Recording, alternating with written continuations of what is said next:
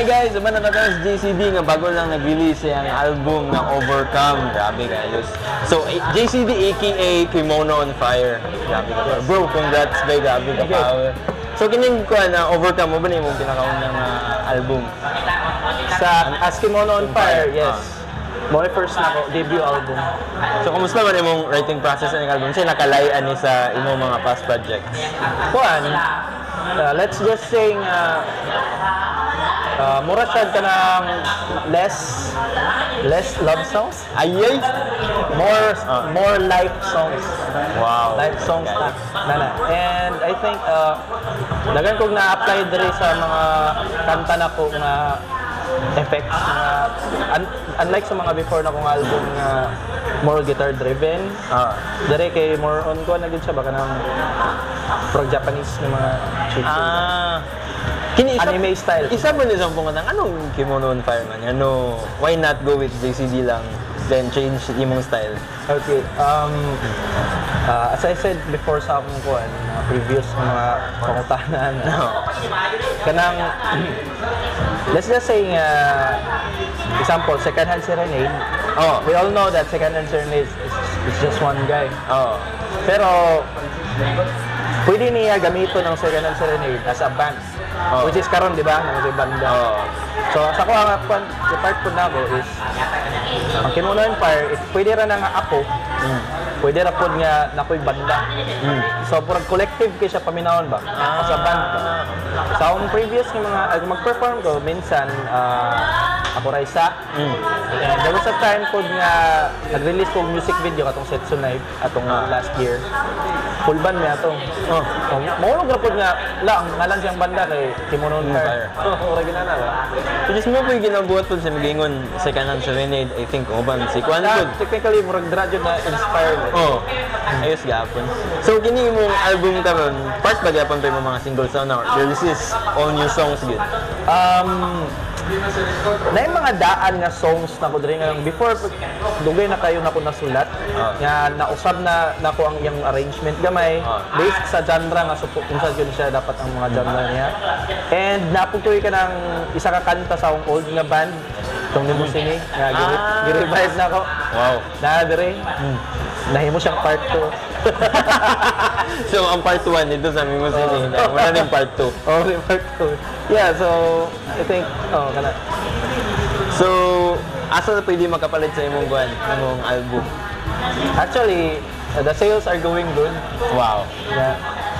Gamay na lang yun nabilin. Ihurot na yun nato ni Jagin. Matagal mo, PM lang ko. Ana. Kung dool na tag lugar, pwede rin ako i-deliver sa inyo. Kung layo ta, iagi na ito GRS or kuhan, ipadala. Add lang mo ganang pangkuhan. Kunya ka rin good, na-release na po siya sa other streaming platforms, right? Like Spotify. Na-release na siya actually kanina, I think mga last 12. Check naman ito na mga kuhan. Sana siya sa Spotify, sa Apple Music, iTunes, Deezer, all fun online streaming platforms worldwide. So, kini last question. Unsa ang meaning behind sa imong album kung gawin nga? Overcome. Okay, so nag-struggle kung sa akong ingalan na sa album. So I was thinking collectively, all the songs are more on life, or let's just say personal experiences.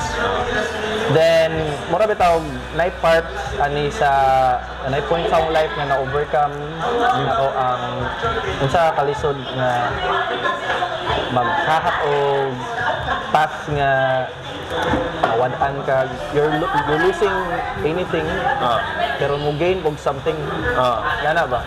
So gina-overcome na ko na siya nga obstacle sa life. Namo ko kanta diri pod nga Overcome the Storm ang title, which is track number 3. So I think diri pod ako gikuha ang iyang iyang word. Okay. Kanang kanta mo ni ang murag let's just say flagship sa album. So that's it goes.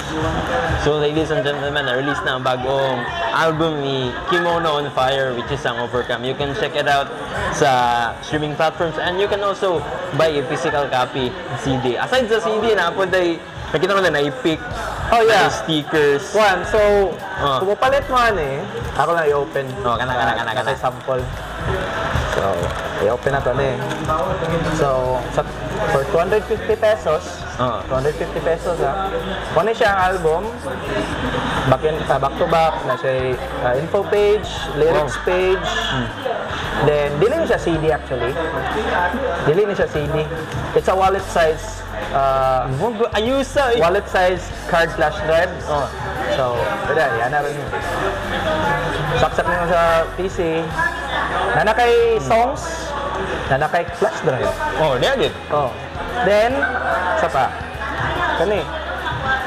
Na stickers. Yeah, mga typical stickers na kung nagipanghatag usually. Duha ka klase nga design. And this. Para siya. Pinaka-ayos na eh. Pick. Customized pick with bitay-bitay. Pwede rin siya yung keychain. Pwede po na siya pang guitar, but I wouldn't recommend because it's a big baga. Collector's item na lang. Collector's item lang. Pwede na siya pang bitay-bitay ninyo. So, this is really good. Muna siya ang card for only 250 pesos lang siya. Tanan. Ayusan ko ba yun? Magandang naman nga na yung lyrics, which is katong mga cassette nila sa una. Di ba?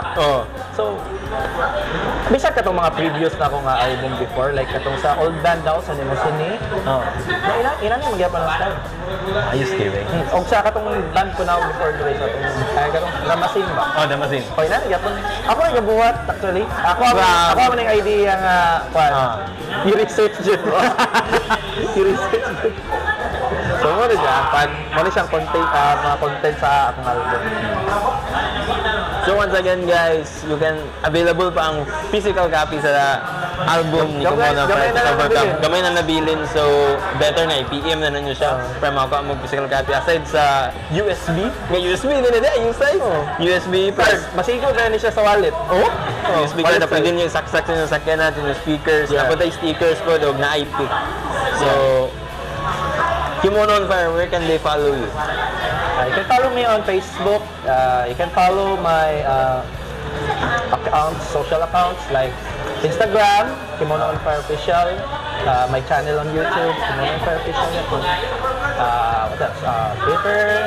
Twitter, TikTok. Search lang Kimono on Fire. And yeah, Spotify. And i-search lang Kimono on Fire sa internet. Magawas na. Kana. Walay lain Kimono on Fire. Walay lain Kimono on Fire. Ako rin na. Once again guys, this is Alfie. Salamat sa pag-ubanda mo. I'm with Kimono on Fire. Kita-kita pa tayo sa sunod interview. This is Musika Lokal. Thank you and God bless.